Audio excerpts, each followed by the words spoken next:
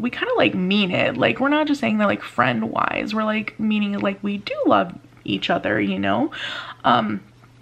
But the thing is, it's like, okay, well, how is this gonna work? Because both of us live on other side of the country, kind of ballsy. And I was like, okay, how about this? I'm just gonna give you my address and you're just gonna drive there. Which now I think is completely insane. I mean, I'm lucky I didn't die. But in my mind, I kept thinking, okay, well, why would this person drive 3,000 miles to come murder someone? They could have murdered someone there. That was my logic, okay? Like, maybe not perfect logic, but it was my logic. I kept thinking, okay, well, like, no one's gonna drive 3,000 miles to kill somebody. Like, honestly, they could have done it there. So that was my thinking on that. And I invited him to my house after school. And I was just like, okay, this is gonna be fine. Like, I don't know, my parents are there, hopefully they don't die. I don't know what I was thinking. So he pulls up. I'm like, see him outside the door, and I don't know what to do. I'm like, oh my god, I'm gonna die. Like, do I go outside and I meet him? Do I stay in the house? I don't know. It was so nerve-wracking. I've never been that nervous in my entire life. I was like, I don't even know what to do right now. Like, I've been talking to this person for almost a year and I've never met them. I've been dying. It like gives me anxiety just thinking about it right now, even though we're married. Like, just like how nervous I was. Like, your stomach's flipping upside down. It's just too much. You can't breathe. So my last thought before he like knocked on the door was like, what if he's a serial killer? Right as he knocks on the door, like, is he gonna come kill me now? Does he have a weapon? Like, you know, like the psychotic things you think, you know? So he had met my dad outside, and I guess talking to him, he was like, I thought your dad was a cop. I was like so nervous because he looked like a cop and we were lying, and you know, it was just kind of a big thing. So anyway, he comes in, meets my mom. I'm like, yeah, this is that guy from school I was telling you about, you know, trying to like play it off like, yeah, he's that guy from school. Yeah, he's like almost the same age as me and everything, you know. really putting it on. Anyway, so I was like, well, okay. So she was like really not like having it. So I go and I'm like, yeah, we're gonna go hang out in my room. She's like crazy about it the whole time. Like, okay, well, the door needs to be open and I need to be able to like be weird. Like, I don't know. She's like listening in the whole time. Anyway, so we like just hung out there for a little bit, and it was like so like amazing, like to go from talking to someone on the phone and talking to them like in letters and all this other stuff to like meeting for the first time, and nerve-wracking. And he didn't get to stay there very long because my mom was like, I don't know you that well and get out, because she was not having it back then. So he probably only hung out there like an hour or less, but it was like amazing. So I was like, oh my god, we finally get to meet. Anyway, so he goes and he starts like trying to get a place of his own, and he got an apartment. He had like a job at like a restaurant and a few other things. So he was like getting his stuff together, and I would see him like on the weekends and stuff. So I was just trying to like scroll through my notes here because I want to make sure I cover everything. I want it to be like a good story. I mean, it is a good story, but I don't want to forget anything important. Anyway, I was trying to like sum it up the best I can because it's a pretty long story. Anyway, so around January, he tells me, he's like, hey, you know, I gotta let you know, like, the place I'm renting was fine.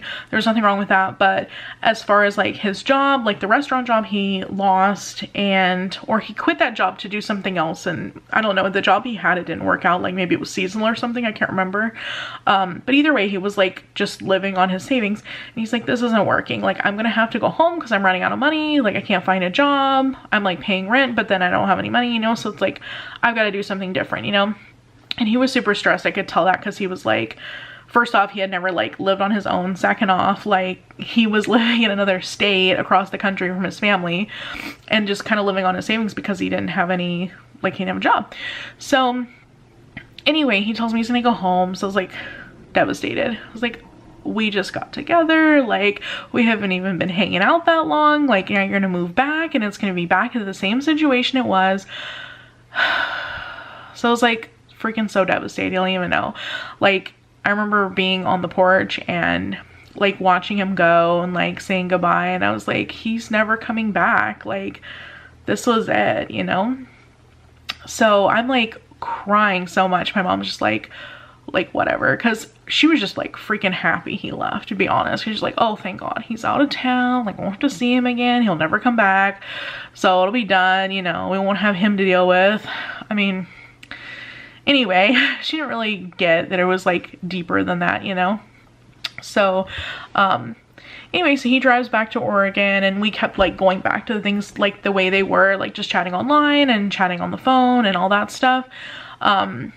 But I mean, it was like hard because I was like, we were together, like now we're not. It's like the same thing as the way it started, you know?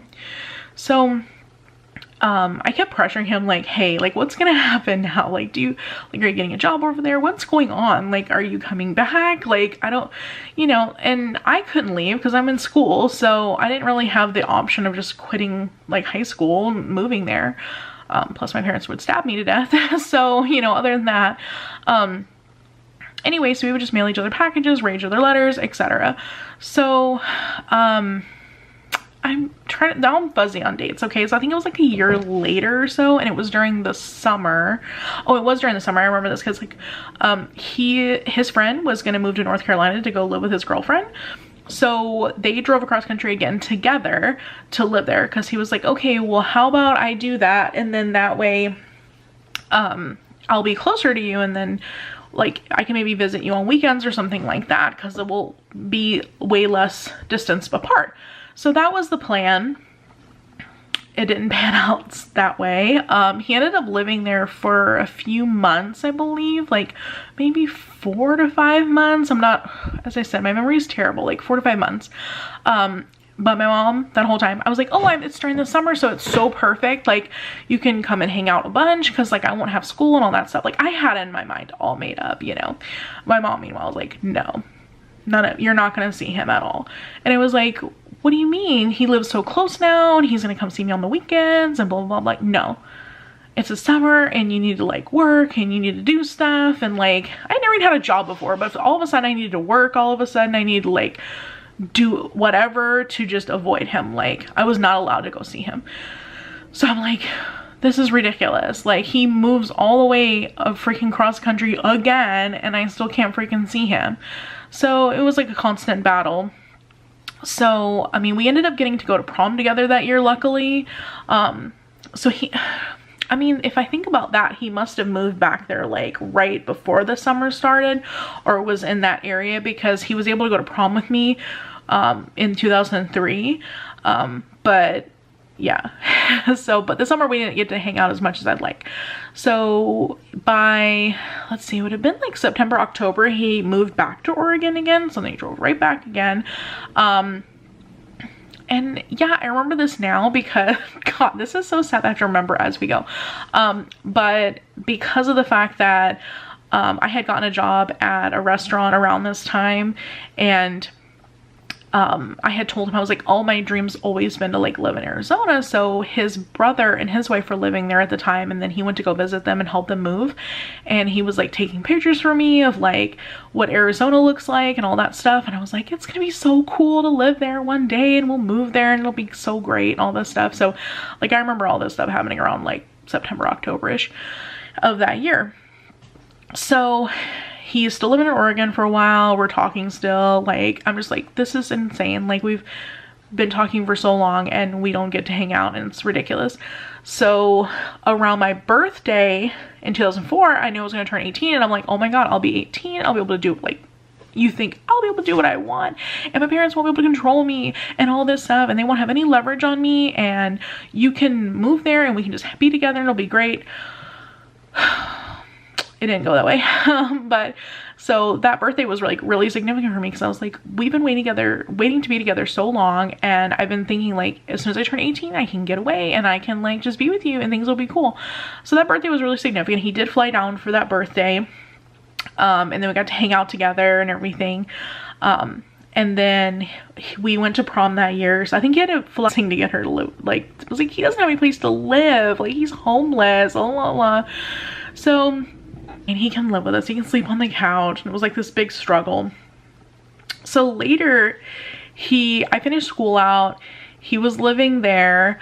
And then I was like, okay, well, cool. So I, like, at that point, because I was like trying to stay out of the house a lot because there's a lot of drama. I'm not going to go into that because it's a freaking long story, but there was a lot of drama going on. So between me and my mom, because of George and because of other stuff that was going on. So I try to stay out of the house as much as humanly possible. Like, at one point I had 3 jobs while I was going to school. So it was like really crazy. Like, I was just like, whatever money I can pick up and like however I can get out of this house is like my goal.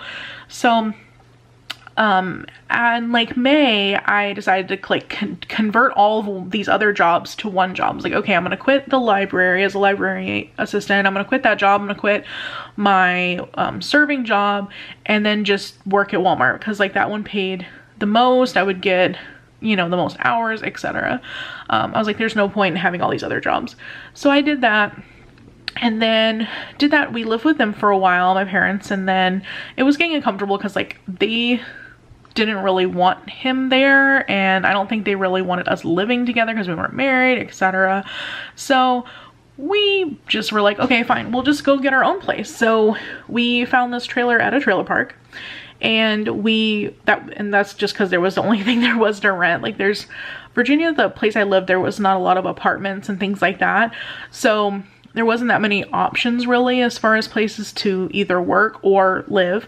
So this is an option that came up that we could actually afford, and it was like a house, you know. So we were renting that, and so we lived there for 3 months.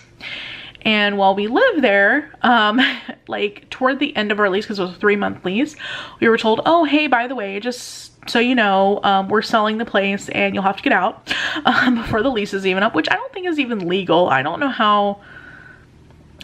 We were young and dumb. So we're like, oh, okay. So you're selling the place that we're living? Like, don't you have to like let us live out the lease? I don't know if they give you notice if that counts. I'm not really sure. So we had to end up getting out, and then we went back to live with my parents again. And at this point we're like, okay, this is a mess. Like, we were looking for a place for like 6 months just to get that place, and it was only a 3-month lease, and then we get kicked out before the 3 months is even up. So it was like a waste of time because we had bought like furniture and, you know, all the stuff you do when you're new to living on your own. So we had done all that stuff for like literally no reason, just to sell all of it like 1 month later. So we're like, okay, George is like, my mom keeps calling me and keeps saying that she wants me to move back, and like, why don't I move back with you and all this stuff. So that's what we decided to do.